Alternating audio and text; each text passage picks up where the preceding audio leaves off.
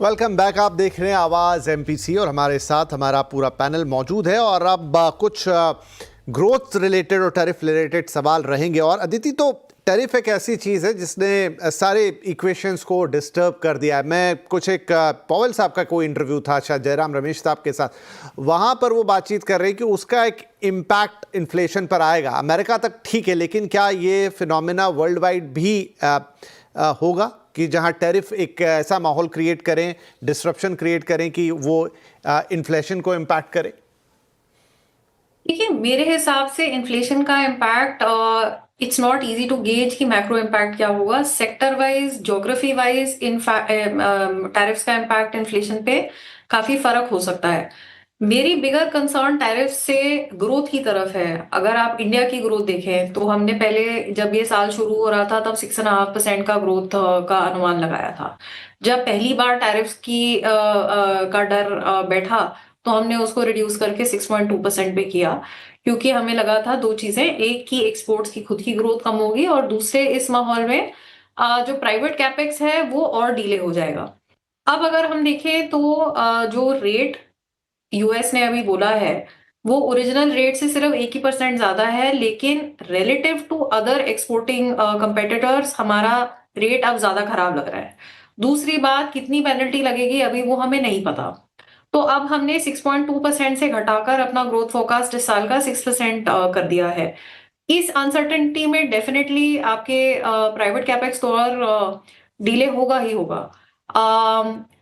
तो ओवरऑल मेरा डर ज्यादा ग्रोथ इम्पैक्ट पे है rather than the inflation impact. अभी इन्फ्लेशन इंडिया में काफी कंट्रोल्ड है। इतने लो लेवल्स हमने बहुत टाइम के बाद देखे हैं, तो वहां पे थोड़ा सा अब्जॉर्ब करने की क्षमता है। लेकिन ग्रोथ पे मुझे नहीं लगता कि कोई जो बफर तो पहले भी थे डोमेस्टिक डिमांड के, अर्बन जो रेट कट हुआ है उससे बेनिफिट, और साथ ही साथ जो इनकम टैक्स का कट है उसका बेनिफिट, मॉनसून अच्छी रही है, रूरल भी आउटलुक अच्छी है। ये बफर जो पहले थे वो तो अभी भी है। लेकिन मेरे हिसाब से जो टैरिफ से एक्सपोर्ट्स के लिए अनसर्टेनिटी है, प्राइवेट कैपेक्स के लिए अनसर्टेनिटी है, और साथ ही साथ जिस तरह से अभी हमने रिसेंटली कुछ जॉब लॉसेस देखे हैं, तो सेंटिमेंट थोड़ा नेगेटिव तो हुआ है पिछले 15-20 दिनों में। जी, तो ग्रोथ एक कंसर्न रहेगी। जोशी साहब, जो आरबीआई के जहन में एक और चीज़ होगी कि वो तो रेट कट्स दे रहे हैं, लिक्विडिटी भी मार्केट में आ रही है, लेकिन क्या वो ग्रोथ में कन्वर्ट हो रही है? ये कहीं आरबीआई के, हालांकि उसका मैंडेट नहीं है ग्रोथ को उस तरीके से फॉलो करना या देखना, बट स्टिल उनके मन में कहीं होगा। जो मॉनेटरी एक्शन होता है या रेट कट, उसका असर इकोनॉमी में पढ़ते पढ़ते 3 क्वार्टर भी लग सकते हैं। ये तो ट्रांसमिशन धीरे धीरे स्लो होता है। जहां पे ट्रांसमिशन बहुत फास्ट हुआ है वो शॉर्ट टर्म रेट्स हैं, जैसे सीपी रेट, सीडी रेट, इनमें बहुत ज्यादा तेजी से, और कॉल रेट्स एकदम नीचे आ गए।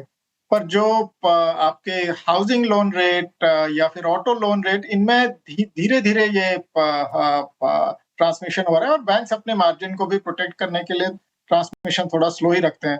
और उसके अलावा आई थिंक जो डिपॉजिट्स हैं उनमें थोड़ा जो ट्रांसमिशन है वो लेंडिंग रेट से ज्यादा फास्ट हुआ है।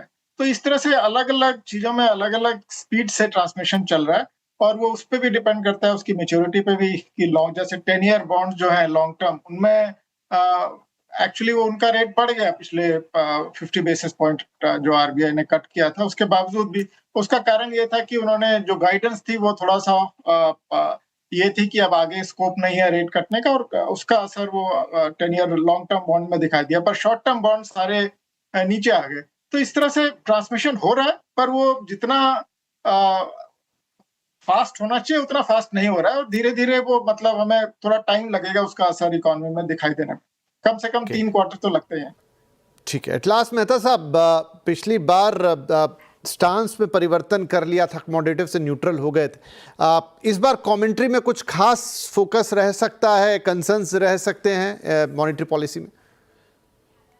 तो लॉजिकली आई एम सेइंग कि अगर इतना सॉफ्ट एनवायरनमेंट है और अगर रेट कट नहीं किया तो then they will have to change the stance. But stance जो चीज है ना वो इतना जल्दी से चेंज करना बहुत इट्स नॉट इवन राइट कि एक नेक्स्ट पॉलिसी में स्टांस चेंज कर दिया unless something which is shock effect कुछ ग्लोबली हुआ है तो बात अलग है. So from that perspective, I don't really see anything changing on the stance, but definitely to look at the cut. आपने जो ये इन्फ्लेशन का जो पूछा तो other markets definitely inflation lower लग रहा है बिकॉज वहां पे टैरिफ है नहीं, वहां पे आपका चाइना का डंपिंग भी आएगा. यूएस मार्केट में we have to see because अभी तक तो रेजिलेंस दिखाया है but all said and done 15 से 18% इफेक्टिव ड्यूटी बढ़ गया है आपका. तो नवंबर दिसंबर में they can see some inflation unless all of that is taken over by the supplier और the intermediaries. So that's something we have to watch for. ठीक है जी, तो ये एक पूरी पिक्चर है जो इस वक्त उस मीटिंग रूम में भी डिस्कस हो रही होगी जो मॉनेटरी पॉलिसी कमेटी बैठक कर रही है. और बुधवार को हमें नतीजा पता चलेगा कि फाइनली डिसाइड क्या हुआ, रेट कट आ रहा है, कितना आ रहा है और फिर क्या कमेंट्री आरबीआई की तरफ से आती है. लेकिन हाँ, हमारे तीनों ही इकोनॉमिस्ट बोल रहे हैं, समझ रहे हैं और प्रेडिक्ट कर रहे हैं कि एक रेट कट तो आना लाजमी है. बहुत बहुत धन्यवाद आप तीनों का ही. एंड फिर मुलाकात होगी पॉलिसी डे पे. धन्यवाद, नमस्कार.